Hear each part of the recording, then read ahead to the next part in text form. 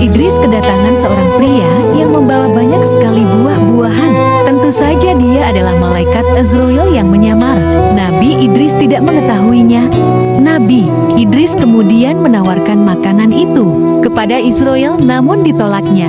Akhirnya mereka berbincang-bincang dan keluar berjalan-jalan melihat pemandangan sekitar. Percakapan Nabi Idris dan malaikat Israel. Tak terasa sudah 4 hari mereka bersama. Karena sudah akrab, Nabi Idris mulai curiga dengan gerak-gerik sang tamu. Dengan rasa penasaran yang tinggi, akhirnya Nabi Idris pun bertanya, "Nabi Idris, ya tuanku, siapa sebenarnya Anda?" Malaikat Azrail, "Maaf ya Nabi Allah, saya sebenarnya adalah Israel." Nabi Idris, malaikat Azrail, "Kaukah itu sang pencabut nyawa?" Malaikat Israel, "Benar, ya Idris." Nabi Idris, "Sudah 4 hari engkau bersama denganku. Apakah engkau juga menunaikan tugasmu dalam mencabut nyawa makhluk-makhluk di dunia ini?" Malaikat Israel, "Wahai Idris, selama 4 hari ini banyak sekali nyawa yang telah saya cabut. Roh makhluk-makhluk itu bagaikan hidangan di hadapanku. Aku ambil mereka bagaikan seseorang sedang menyuap-nyuap makanan." Nabi Idris, "Wahai malaikat Israel, lantas apa maksud kedatangan engkau kemari? Adakah engkau ingin mencabut nyawaku?" Malaikat Israel, "Tidak Idris, saya datang memang untuk mengunjungimu karena saya rindu dan Allah mengizinkan saya." Nabi Idris, "Wahai Israel, saya punya satu permintaan dan tolong kabulkan. Tolong cabut nyawa saya dan minta izin ke Allah untuk mengembalikan nyawa saya. Saya hanya ingin merasakan sakaratul maut yang banyak. Orang katakan sangat dahsyat." Kemudian Allah mengabulkan permintaan sang nabi dan malaikat. Israel pun mencabut nyawa Nabi Idris saat itu juga.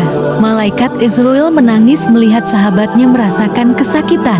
Setelah mati, Allah menghidupkan kembali Nabi Idris. Setelah hidup, Nabi Idris menangis sejadi-jadinya.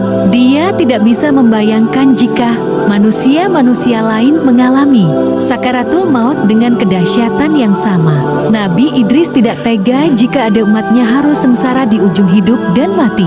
Sejak saat itu, Nabi Idris makin giat mengajak umatnya untuk senantiasa berbuat kebaikan dan jujur untuk hal-hal kebenaran. Suatu hari ketika Nabi Idris dan malaikat Azrail beribadah bersama, kemudian Nabi Idris mengajukan permintaan unik. "Bisakah engkau membawa saya melihat surga dan neraka, wahai malaikat Azrail?" tanya Nabi Idris. Malaikat Azrail pun menjawab, "Wahai Nabi Allah, lagi-lagi permintaan darimu sungguh aneh. Mengapa engkau meminta hal itu? Bahkan para malaikat pun takut melihat neraka, wahai Nabi Allah." Nabi Idris menjawab, "Terus terang, saya takut sekali dengan azab Allah itu. Tapi mudah-mudahan iman saya menjadi tebal setelah melihatnya." Kemudian malaikat Azrail meminta izin kepada Allah dan mendapatkan restu. Keduanya pun pergi untuk melihat neraka. Saat hampir dekat, Nabi Idris langsung pingsan. Malaikat penjaga neraka merupakan sosok yang sangat menakutkan. Ia menyeret dan menyiksa manusia-manusia yang durhaka kepada Allah semasa hidupnya. Nabi Idris tidak sanggup menyaksikan berbagai siksaan yang sangat mengerikan itu. Tidak ada pemandangan yang lebih mengerikan dibandingkan dengan neraka. Api berkobar dahsyat, bunyi yang bermuruh menakutkan, dan hal-hal yang mengerikan lainnya. Nabi Idris meninggalkan neraka dengan tubuh yang lemas.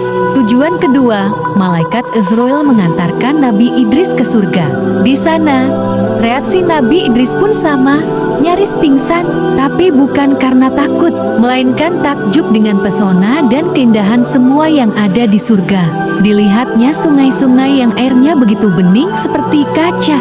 Sementara itu di pinggir sungai terdapat pohon-pohon yang bagian batangnya terbuat dari pik dan emas. Lalu ada juga istana-istana untuk para penghuni surga. Di setiap penjuru ada pohon yang menghasilkan buah-buahan.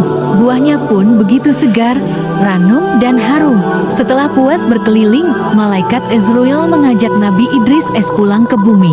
Namun Nabi Idris enggan pulang dan ingin tetap berada di surga. "Tuan boleh tinggal di sini setelah kiamat nanti. Setelah semua amal ibadah dihisap oleh Allah, baru Tuan bisa menghuni surga bersama para nabi dan orang beriman lainnya, ujar malaikat Israel.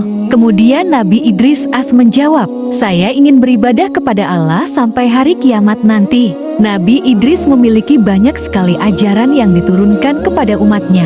Tentu saja untuk dilakukan agar hidup lebih baik. Ada beberapa pesan yang disampaikan oleh Nabi Idris As semasa hidupnya kepada para umat. Pesan atau nasihat itu antara lain, salat jenazah lebih sebagai penghormatan, karena pemberi syafaat hanya Tuhan sesuai ukuran amal kebajikan. Besarnya rasa syukur yang diucapkan tetap tidak akan mampu mengalahkan besarnya nikmat Tuhan yang diberikan. Sambutlah seruan Tuhan secara ikhlas untuk syalat, puasa, maupun menaati semua perintahnya. Hindari hasad alias dengki kepada sesama yang mendapat rezeki, karena hakikat jumlahnya tidak seberapa. Menumpuk-numpuk harta tidak ada manfaat bagi dirinya. Kehidupan hendaknya diisi dengan hikmah kebijakan. Wassalamualaikum warahmatullahi wabarakatuh.